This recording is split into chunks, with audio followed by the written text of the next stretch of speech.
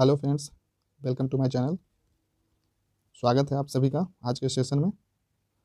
आज के सेशन में हम लोग पढ़ेंगे अपवाह प्रणाली यानी कि ड्रेनेज सिस्टम। इससे पहले ये ज्योग्राफी का सेकंड लेक्चर है। इससे पहले एक लेक्चर ऑलरेडी आपका इस चैनल पे आपको प्रोवाइड कर दिया गया है। आप उसको देख कर आइएगा तो बेहतर होगा। अगर नहीं देखे हैं तो आप उससे पहले देख लीजिए, क्योंकि एक लिंक बना रहता है तो अच्छे से समझ में आता है। तो हम लोग इससे पहले जो भौगोलिक संरचना है वो पढ़ लिए हैं, और किस प्रकार कौन सा क्षेत्र कहाँ है, कौन सी नदियाँ, एक मोटा मोटी हम लोग जो बोलते हैं वो देख चुके हैं।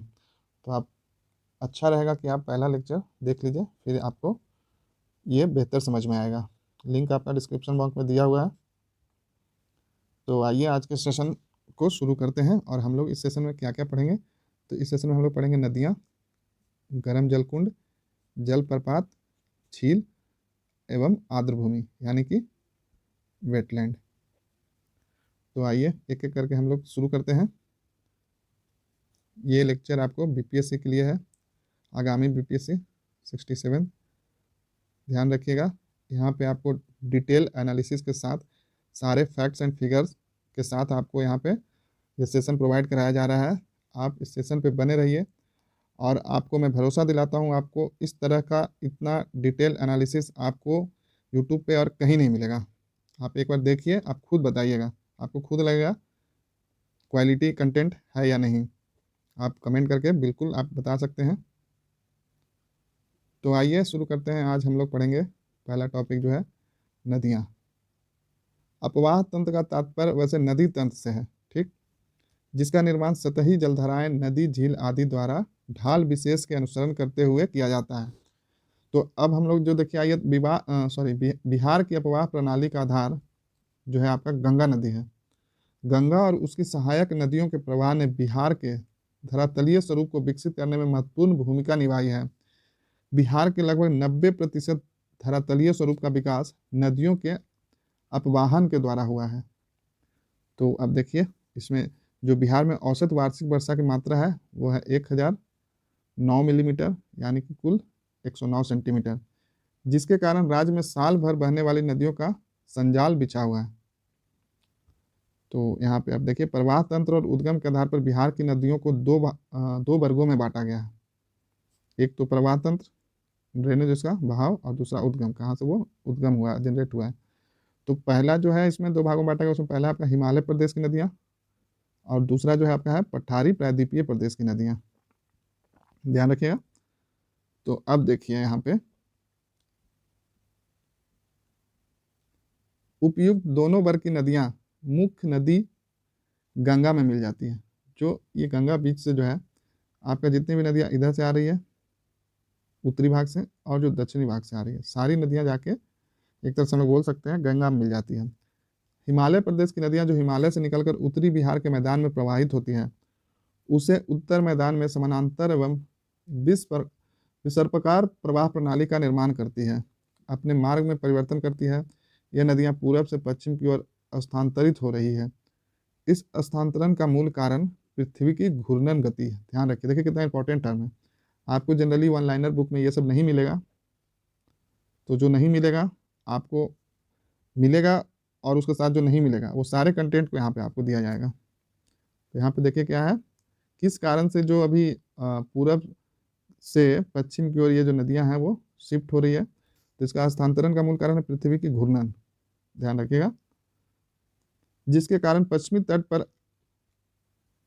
अपरदन अधिक होता है। मार्ग परिवर्तन के लिए सर्वाधिक प्रसिद्ध नदी कोसी है, जिसे हम लोग बिहार का शोक भी कहते हैं।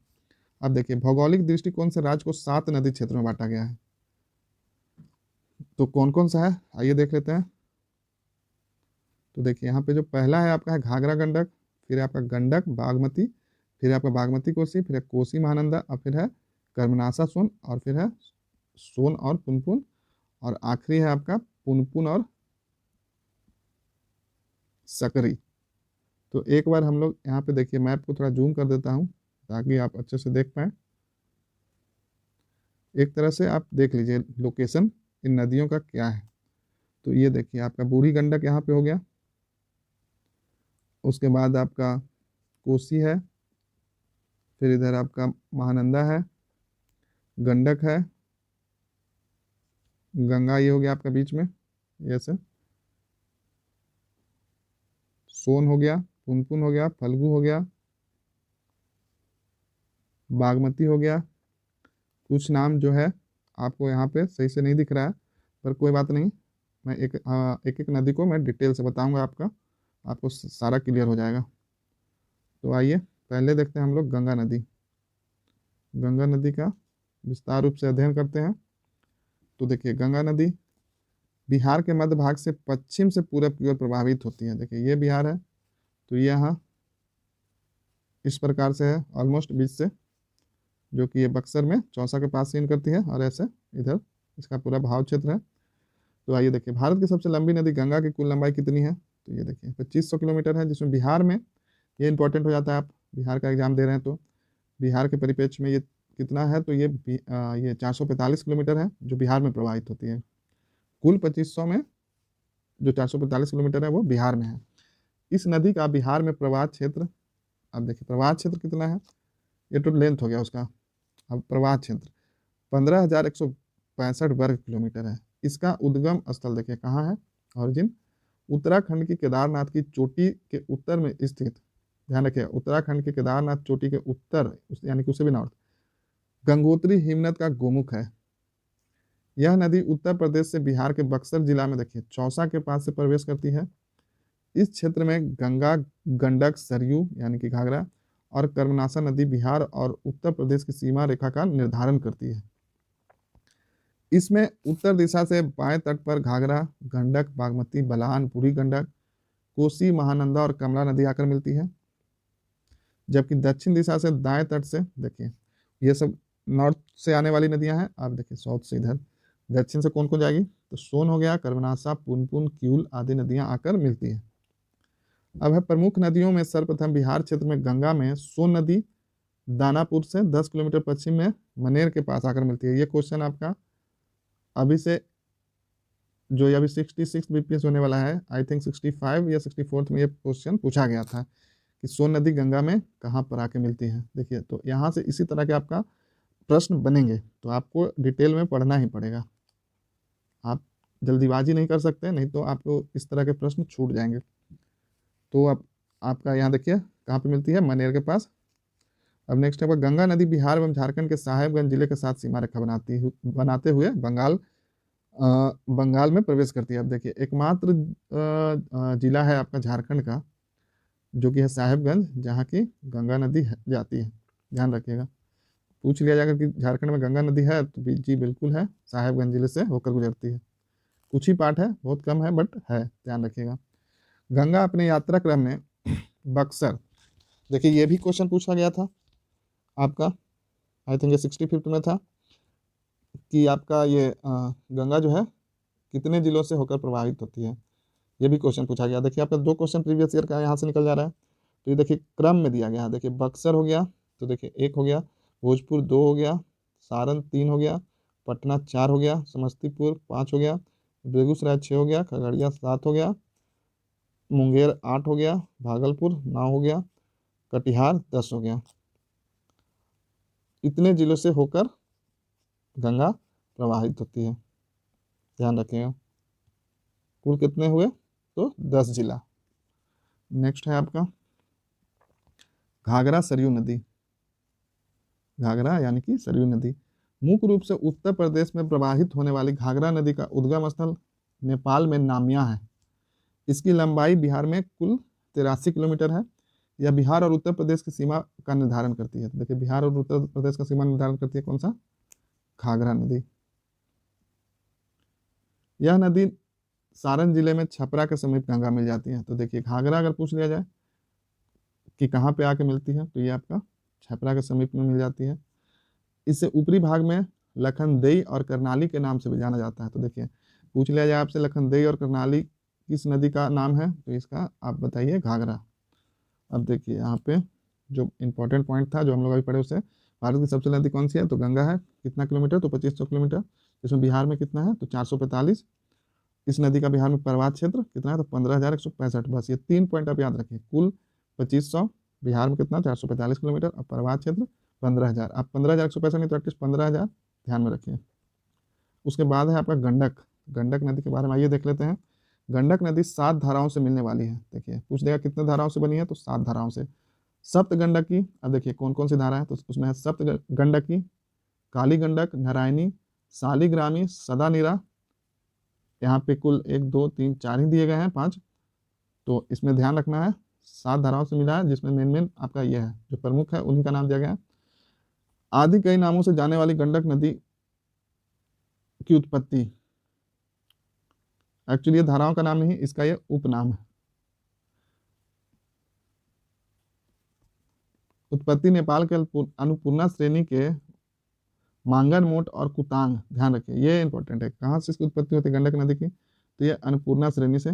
तो अगर सिंपल पूछा जाए तो अन्नपूर्णा श्रेणी हो जाएगा। अगर और डीप में जाएगा तो आपको बताना होगा मानंग मोट और कुतांग, यानी नेपाल एवं तिब्बत की सीमा के पास मध्य सोई है।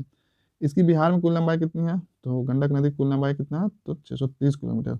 अब गंडक नेपाल में अन्नपूर्णा श्रेणी को काटकर गार्ज का निर्माण करती है। यह नदी भैंसा लोटन पश्चिम चंपारण, ध्यान रखिएगा ये टर्म, ये कीवर्ड ध्यान रखिएगा। कहाँ से गंडक नदी बिहार में प्रवेश कर रही है, तो भैंसा लोटन जो कि आता है आपका पश्चिमी चंपारण में के पास से बिहार में प्रवेश करती है। अब उसके बाद जो है आपका पश्चिमी चंपारण जिले के वाल्मीकि नगर में बैराज का निर्माण किया गया है। तो पूछ लेगा आपका कि वाल्मीकि नगर का हाँ ये बैराज जो है किस नदी पे किया गया है, तो ये वाल्मीकि नगर में जो बैराज का निर्माण हुआ किस नदी पे किया गया है, तो ये आप भूलिएगा गंडक नदी पे किया गया है। यह नदी सारण और मुजफ्फरपुर की सीमा निर्धारण करते हुए, देखिए सारण और मुजफ्फरपुर की सीमा को निर्धारण करता है। सोनपुर और हाजीपुर के मध्य से गुजरती हुई पटना के सामने गंगा मिल जाती है। देखिए ये पटना के पास यहाँ के गंगा मिल जाती है। इसी संगम पर विश्व प्रसिद्ध, देखिए वेरी वेरी इंपॉर्टेंट, हरिहर क्षेत्र का मेला जो कि सोनपुर पशु मेला से फेमस है। तो आपको बोलेगा किस संगम पे ये सोनपुर मेला लगता है, तो आपको गंडक व गंगा बताना है। इसका आयोजन प्रत्येक वर्ष होता है। अभी कोरोना कारण नहीं हो रहा है, लेकिन जनरली इसका आयोजन प्रत्येक वर्ष होता है। इसी नदी को नेपाल में गंडक नारायणी या गंडकी नाम से भी जाना जाता है। तो ध्यान रखिएगा नेपाल में गंडक नदी को गंडक नारायणी या गंडकी नाम से भी जाना जाता है। अब जो है नेक्स्ट है आपका बूढ़ी गंडक। तो आइए बूढ़ी गंडक के बारे में देख लेते हैं। यह नदी गंडक के समानांतर, तो पैरेलल, उसके पूर्वी भाग में प्रभावित होती है। मतलब ये गंडक है तो ये पूर्वी भाग में आपका बूढ़ी गंडक है। बूढ़ी गंडक नदी उत्तरी बिहार के मैदान को 2 भागों में बांटती है। हिमालय से निकलकर उत्तर बिहार में प्रवाहित होने वाली उत्तर बिहार की सबसे लंबी नदी है। देखिए सबसे उत्तर बिहार की सबसे लंबी नदी कौन सी है, तो यह बूढ़ी गंडक। इसकी उत्पत्ति सोमेश्वर श्रेणी के, देखिए सोमेश्वर श्रेणी कहाँ, ये आपका बिहार हो गया, ये बीच से गंगा नदी, ये वेस्ट चंपारण, इसी में जो आपका यहाँ पे हो गया, ये हो गया आपका सोमेश्वर श्रेणी। तो ये सोमेश्वर श्रेणी के विंश भरपूर के पास चौतरवा चौर से हुई है। तो यहाँ पर से कहीं से इसका निर्माण हुआ है। यह उत्तर बिहार की सबसे तेज जलधारा वाली नदी है। तो एक फैक्ट और हो गया आपका, सबसे तेज जलधारा वाली नदी कौन सी है, तो वो बूढ़ी गंडक, जिसका बहाव उत्तर पश्चिम से, जनरली ये पश्चिम हो गया, ये उत्तर, इस तरह से है, दक्षिण पूर्व की ओर है, दक्षिण पूर्व इस टाइप से है। यह गंडक नदी की पर्याप्त धारा है जो मुख्य नदी के पश्चिम में खिसक जाने से प्रभावित हुई है। बूढ़ी गंडक के तट पर अब देखिए कौन कौन सा शहर है, मुजफ्फरपुर, समस्तीपुर, खगड़िया आदि नगर स्थित है। बूढ़ी गंडक की अन्य सहायक नदियां कौन कौन है बूढ़ी गंडक की, ध्यान रखिएगा, डंडा, पंडई, मसान, कोहरा, बालोर, सिकटा सॉरी सिकटा, त्यूर, तिलावे, धनौती, अनजान, कोटे आदि है। बस एक बार देख लीजिए, इस तरह के हैं। वैसे इतना तो आपका नहीं पूछेगा, मेनली रूप से जो मेन रिवर वही पूछेगा, बट कोई भरोसा नहीं है, बीपीएससी है, कुछ भी पूछ सकता है। अब ये देखिए इंपॉर्टेंट उसमें जो था अभी जो हम लोग पढ़े उसमें से, कोसी नदी मार्ग परिवर्तन के लिए प्रसिद्ध है तथा पिछले 200 वर्षों में 150 किलोमीटर पूरब से पश्चिम की ओर स्थानांतरित हुई है। देखिए 200 वर्षों में 150 किलोमीटर पूरब से पश्चिम की ओर स्थानांतरित हुई है। कोसी नदी कुर्सेला के पास गंगा में मिलने से पूर्व, देखिए आप पूछ लेगा कि कोसी नदी गंगा में कहाँ पे मिलती है, तो ये देखिए ध्यान रखिएगा, कुर्सेला के पास गंगा मिलती है, और वो मिलने से पूर्व यह डेल्टा का निर्माण करती है। ध्यान रखिएगा डेल्टा का निर्माण कौन सी नदी करती है, तो वो आपका कोसी करती है। कहाँ पे गंगा मिलती है, तो कुर्सेला के पास। ऐसे ही शब्द को पकड़िए, कीवर्ड को, यही पूछा जाता है आपसे। अब जो नेक्स्ट है आपका बागमती। बूढ़ी गंडक की प्रमुख सहायक नदी बागमती है। देखिए बूढ़ी गंडक की प्रमुख सहायक नदी कौन सी है? बागमती। बागमती की उत्पत्ति अब देखिए कहाँ से हुआ? इसका नेपाल के महाभारत श्रेणी, ध्यान रखिएगा, बागमती का उत्पत्ति नेपाल में महाभारत श्रेणी से हुई है। यह नदी दरभंगा, मुजफ्फरपुर और मधुबनी जिले में प्रवाहित होती है। कहाँ कहाँ इसका बहाव क्षेत्र है? दरभंगा, मुजफ्फरपुर, मधुबनी और मधुबनी जिला। और उसके बाद आपको देखिए बागमती की प्रमुख सहायक नदियों में लाल वकैया, मुरेंगी, लखनदेई, अधबारा, सिपरीधार, कोला और छोटी बागमती है। नेक्स्ट है आपका कमला नदी। यह नदी नेपाल की महाभारत, ये भी देखिए ये भी महाभारत और ये भी महाभारत से निकलकर तराई क्षेत्र से प्रभावित होती है, सॉरी तराई क्षेत्र से प्रवाहित होती है। यहाँ पे प्रभावित नहीं होगा, प्रवाहित होगा। बिहार में चलिए आइए देख लेते हैं, टंग ट्विस्टर हो गया है, प्रोनाउंस नहीं हो पा रहा है। बिहार में जयनगर मधुबनी जिला में प्रवेश करती है। मिथिला क्षेत्र में इसे गंगा के समान पवित्र माना जाता है। इसकी प्रमुख सहायक नदियां हैं। अब कमला की प्रमुख सहायक नदियां कौन कौन सी है? तो सोनी, ढोरी, भुतही, बलान आदि है। अब देखिए बलान नदी इसमें पिपरा घाट के निकट मिलती है। कमला नदी बिहार में 120 किलोमीटर प्रवाहित होती है। देखिए ये होगा, ये थोड़ा यहाँ पे स्प्रिंटिंग है। कई धाराओं में विभक्त हो जाती है, इनमें से अनेक का नाम कमला ही है। इसकी एक प्रमुख धारा कोसी से मिलती है, जबकि एक धारा खगड़िया जिले में बागमती नदी को मिलती है। अब देखिए बिहार का शोक यानी कि कोसी, अब इसको पढ़ेंगे हम लोग। कोसी नेपाल में, देखिए कहाँ से निकलता है कोसी, इंपॉर्टेंट है, इसको ध्यान में रखिएगा। गोसाई स्थान यानी सप्तकोशी से निकलती है। नेपाल के गोसाई स्थान यानी कि सप्तकोशी से निकलती है। अतः कोसी का मूल नाम भी कौशिकी है। कोसी नदी 7 धाराओं से मिलने से बनी है। यह भी आपका 7 धाराओं से मिलकर बनी है। इन धाराओं का नाम क्या क्या है? इंद्रावती, इसका ध्यान रखिएगा, ये इंपॉर्टेंट है, ये इसका पूछा गया है प्रीवियस ईयर क्वेश्चन में। पहला आपका इंद्रावती, फिर है सन कोसी, फिर है ताम्र कोसी, फिर है लिच्छू कोसी, दूध कोसी, अरुण कोसी और तामूर कोसी। अब जो है इसके बाद त्रिवेणी के पास सभी धाराएं मिलकर कोसी कहलाती है। तो सभी धाराएं कहाँ मिलती है? त्रिवेणी के पास, यहीं से इसको हम लोग कोसी के नाम से जानते हैं। कोसी नदी बाढ़ की विभीषिका के कारण बिहार का शोक कहलाती है। देखिए यह नदी सुपौल, सहरसा, मधेपुरा, पूर्णिया आदि जिलों में प्रवाहित होती है।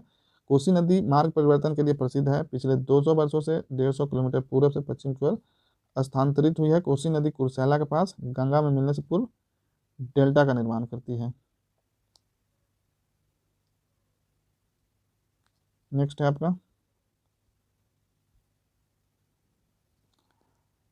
महानंदा। यह उत्तरी बिहार के मैदान में प्रवाहित होने वाली पूरब की नदी है। कई स्थानों पर बिहार और बंगाल के साथ सीमा रेखा का निर्धारण करती है। हिमालय से निकलकर बिहार के पूर्णिया और कटिहार जिले में प्रवाहित होती हुई गंगा में मिल जाती है। पठारी प्रदेश की नदियों में प्रमुख नदी सोन, पुनपुन, फल्गु, कर्मनासा, उत्तरी कोयल, अजय, हरोहर, चंदन, बड़ुआ आदि है। अब देखिए यहाँ पे आपका ये उत्तरी हो गया। अब यहाँ से हम लोग पहाड़ी के बारे में पढ़ेंगे, पहाड़ी प्रदेश की नदियों के बारे में। तो जो प्रमुख नदी कौन कौन सा है इसमें? तो इसमें आपका है सोन, पुनपुन, फल्गु, कर्मनासा, उत्तरी कोयल, अजय, हरोहर, चंदन और बड़ुआ। तो आइए पहले देख लेते हैं इसमें सोन। सोन देखिए ये आपका हिरण्यवाह तथा सोनभद्र के नाम से फेमस है। अगर पूछ लिया जाए सोन का अन्य नाम क्या है, तो उसका अन्य नाम है आपका हिरण्यवाह तथा सोनभद्र। आपको अगर इस तरह से पूछ जाए ये किसका नाम है, तो आपको ध्यान रखना सोन का है। और ये सोन नदी आपका ये जेपीएससी के लिए भी इंपॉर्टेंट है, झारखंड के एग्जाम के लिए भी इंपॉर्टेंट है, ये ध्यान रखिएगा। तो सोन नदी दक्षिण बिहार की सबसे प्रमुख नदी है। इसका उद्गम स्थल मध्य प्रदेश में अमरकंटक, ध्यान रखिएगा, अमरकंटक मध्य प्रदेश में हुआ है। ये अमरकंटक से इधर निकला है जो ये सोन नदी हो गया, और इधर जो गया वो हो गया आपका नर्मदा रिवर, ध्यान रखिएगा। तो सोन के उद्गम के निकट से ही देखिए आगे आ ही गया नर्मदा एवं महानदी भी निकलती है। हाँ महानदी थोड़ा दूर से निकलता है, जिससे अरीय प्रवाह प्रणाली का निर्माण होता है, यानी कि इसको बोलते हैं रेडियल ड्रेनेज पैटर्न। कहने का मतलब अगर आपका इस टाइप से है, ये आपका अमरकंटक पहाड़ी हो गया, तो यहाँ से बहाव क्षेत्र इसका इस तरह से है। इसको जो अरीय प्रवाह प्रणाली इसको बोलते हैं, हर तरफ से ऐसे बहेगा। तो आइए अब आगे देखते हैं। ये था आपका हो गया अरीय प्रवाह प्रणाली। यह नदी भ्रंश घाटी से प्रवाहित होती है। भ्रंश घाटी यानी कि इस टाइप से बीच में, इसको भ्रंश घाटी यानी रिफ्ट बोल सकते हैं आप इसको, रिफ्ट। जैसे ये दो क्षेत्र हो गया, बीच में गड्ढा का निर्माण जो हो जाता है रिफ्ट का, उससे प्रवाहित होती है। यह नदी मध्य प्रदेश, उत्तर प्रदेश तथा झारखंड में प्रवाहित होते हुए बिहार के रोहतास जिले में प्रवेश करती है। यह दक्षिण बिहार में प्रवाहित होने वाली गंगा की सबसे लंबी सहायक नदी है। सोन की कुल लंबाई जो है आपका 784 किलोमीटर है, जिसमें से 202 किलोमीटर बिहार में प्रवाहित होती है। सोन नदी की प्रमुख सहायक नदी, अब सोन की प्रमुख, ये गंगा की सबसे बड़ी सहायक नदी है, और इसकी सहायक नदी जो है आपका गोपद, रिहंद, कनहर एवं उत्तरी कोयल, ध्यान रखिएगा। सोन नदी पर दक्षिण पश्चिम बिहार का सबसे प्रमुख सिंचाई योजना निर्मित है। इस नदी पर प्रथम बांध 1874 में डेहरी में बनाया गया था। बाद में इस नदी पर इंद्रपुरी बराज, देखिए अब पूछ लेगा आपको इंद्रपुरी बराज किस नदी पे है, तो ध्यान रखिएगा सोन नदी पे है, जो कि जिसका निर्माण 1968 ईस्वी में किया गया। अब आरा के पास कोइलवर में 440 मीटर लंबा रेल सह सड़क पुल 1862 में सोन नदी पर निर्मित किया गया, जो वर्तमान में अब्दुल बारी पुल के नाम से प्रसिद्ध है, ध्यान रखिएगा। यह भारत का सबसे लंबा रेल पुल है। 1900 ईस्वी में इस नदी पर डेहरी के पास नेहरू रेल पुल का निर्माण कराया गया। तो ये था सोन नदी। अब आइए देख लेते हैं फल्गु के बारे में। यह नदी छोटानागपुर के पठार से कई धाराओं के रूप में निकलती है। इसकी मुख्य धारा निरंजना कहलाती है। बोधगया के पास इसमें मुहाने नामक नदी मिलती है। मुहाने के मिलने के बाद इसे फल्गु नदी, दो नदी ऐसे आके मिलती है। एक्चुअली ये डोभी के पास है, बोधगया थोड़ा और इधर हो जाता है। बोधगया में आपको एक ही नदी दिखेगा, लेकिन आप जब डोभी से 1-2 किलोमीटर दक्षिण की ओर जाइएगा, जो NH है आपका, तो उधर आपको वहाँ पे दो नदी का संगम मिलेगा आपको। वहाँ से जो निकला है उसी को एक्चुअली हम लोग फल्गु बोलते हैं। ये सभी नदियाँ मौसमी नदी हैं। बारिश के दिन में इसमें पानी रहता है, बाकी ये सूखा ही रहता है। निरंजना नदी के तट पर गौतम बुद्ध को ज्ञान की प्राप्ति हुई थी। गया में इस नदी के तट पर विश्व प्रसिद्ध पितृपक्ष मेला लगता है, जिसमें अपने पूर्वजों का पिंडदान किया जाता है। यह नदी अंतःसलीला या लीलाजन के नाम से भी जानी जाती है, अर्थात इसमें जो पानी है उसका फ्लो आपका ऊपर में नहीं दिखेगा, ये अंदर अंदर इसका, रेत के अंदर इसका बहाव रहता है। इसका ऊपर से सूखा दिखेगा, आप थोड़ा हाथ से खोदिएगा तो उसमें पानी निकल जाता है, उसको बोलते हैं हम लोग अंतःसलीला या लीलाजन। अब है जहानाबाद जिले में बराबर की पहाड़ी के पास ये नदी दो शाखाओं में बढ़ जाती है। आगे चलकर फल्गु नदी अनेक शाखाओं जिसको कि भुतही, करौआ, लोकायन, महतवाइन आदि में विभक्त हो जाती है, और इस प्रकार से ये जहानाबाद में इस तरह से डिफरेंट डिफरेंट धाराओं में फैल के ये विलुप्त हो जाती है, ध्यान रखिएगा। अब जो है दक्षिण की ओर से और गंगा नदी में जाकर मिले, उसमें हो गया आपका पुनपुन। तो पुनपुन नदी एक मौसमी नदी है जो कीकट और बमागधी के नाम से भी जानी जाती है। तो देखिए पुनपुन का नाम जो एक और है कीकट और बमागधी। यह नदी झारखंड के पलामू जिले से चौराहा पहाड़ी क्षेत्र से निकलती है। तो कहाँ से निकलती है, ध्यान रखिएगा, पलामू जिला के चौराहा पहाड़ी क्षेत्र से। यह नदी बिहार के औरंगाबाद, अरवल तथा पटना जिले में गंगा के समानांतर प्रवाहित होती हुई फतुआ के पास, देखिए ये भी क्वेश्चन पूछा गया है, फतुआ के पास में जाके पुनपुन नदी गंगा मिल जाती है।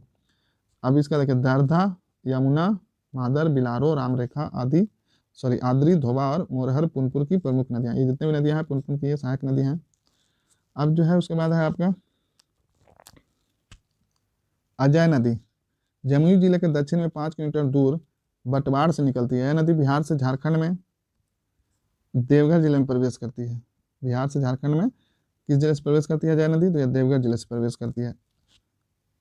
अजयावती या आजमती नाम से भी जाना जाता है। अजय नदी को अजयावती या अजमती नाम से भी जाना जाता है। यह नदी पूरब एवं दक्षिण दिशा की ओर प्रवाहित होते हुए बंगाल में प्रवेश कर गंगा नदी में मिल जाती है। अब देखिए यहाँ पे जो हम लोग पढ़ चुके हैं उसमें जो खास बातें थी उसको देख लेते हैं। निरंजना नदी के तट पर गौतम बुद्ध को ज्ञान प्राप्ति हुआ। अगर आपको फल्गु नहीं रहा ऑप्शन में, अगर निरंजना रहा तो आपको निरंजना लगाना है। गया में इस नदी के तट पर पितृपक्ष मेला लगता है, जिसमें अपने पूर्वजों को पिंडदान किया जाता है। यह नदी हम लोग पहले ही पढ़ चुके हैं, अंततः सलीला है। अब जो नेक्स्ट है आपका है सकरी।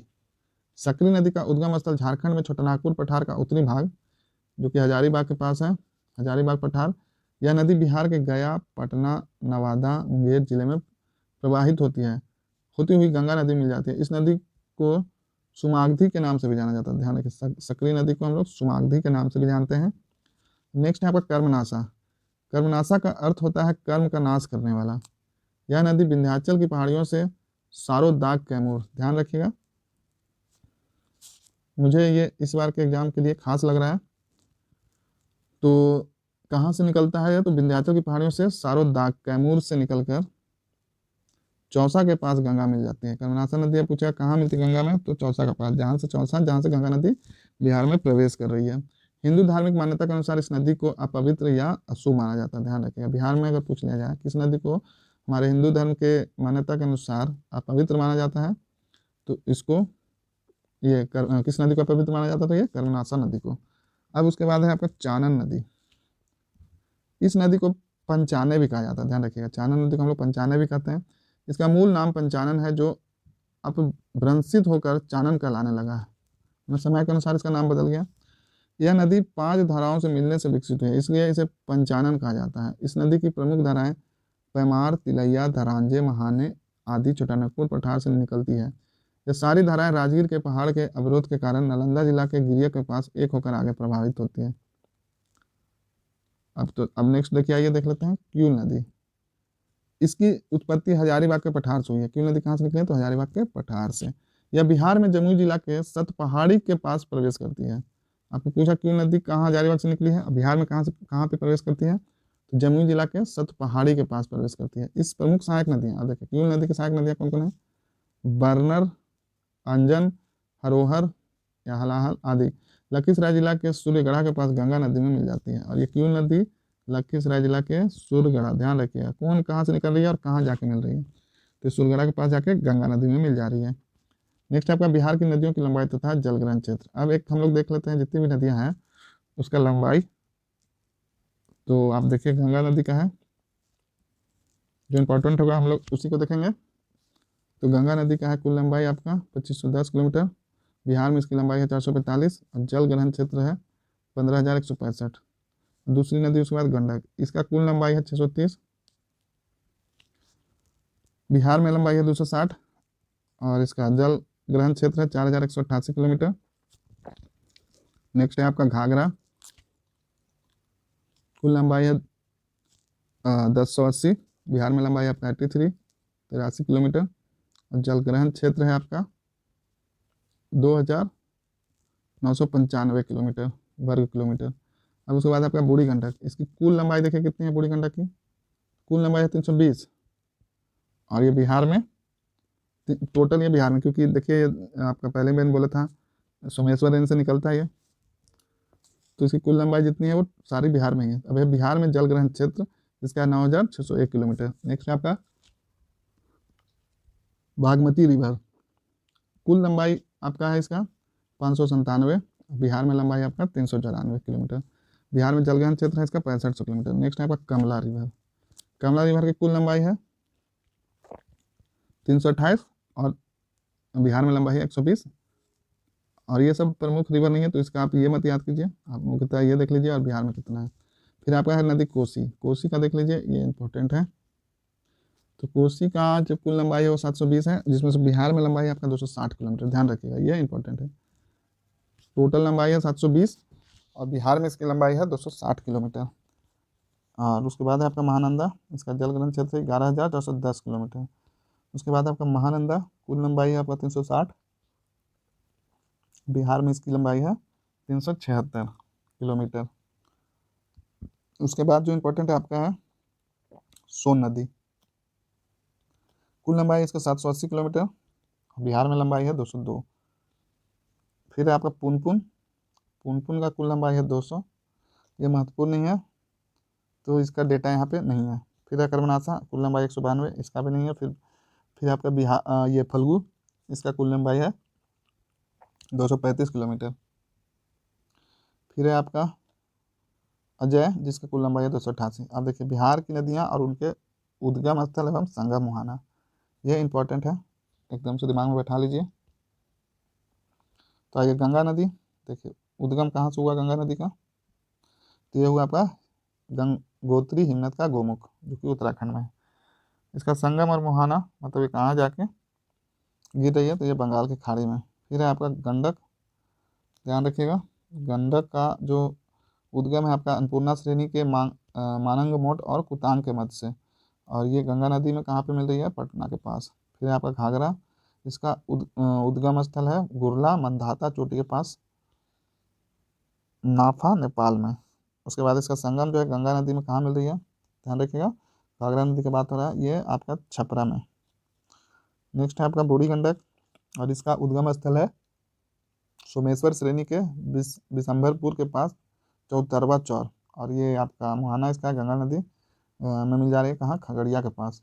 नेक्स्ट है आपका बागमती, तो बागमती का जो उद्गम है महाभारत श्रेणी नेपाल, और ये मिल जा रही है जाके आपका बूढ़ी गंडक में। फिर है आपका कमला नदी, ये महाभारत श्रेणी से निकलती है और ये जाके मिल जाती है कोसी में। फिर आप कोसी रिवर, इसका उद्गम है गोसाई स्थान सप्तकोशी नेपाल, और ये गंगा नदी कुर्सेला के पास में मिल जा रही है। फिर आपका महानंदा, ये महाभारत श्रेणी नेपाल से निकली है, और इसका मुहाना है गंगा नदी जो कि मोनिहारी कटिहार के पास है।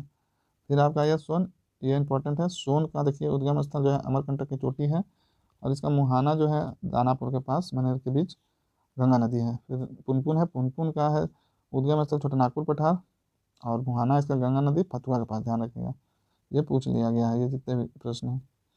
फिर है आपका नदी कर्मनाशा,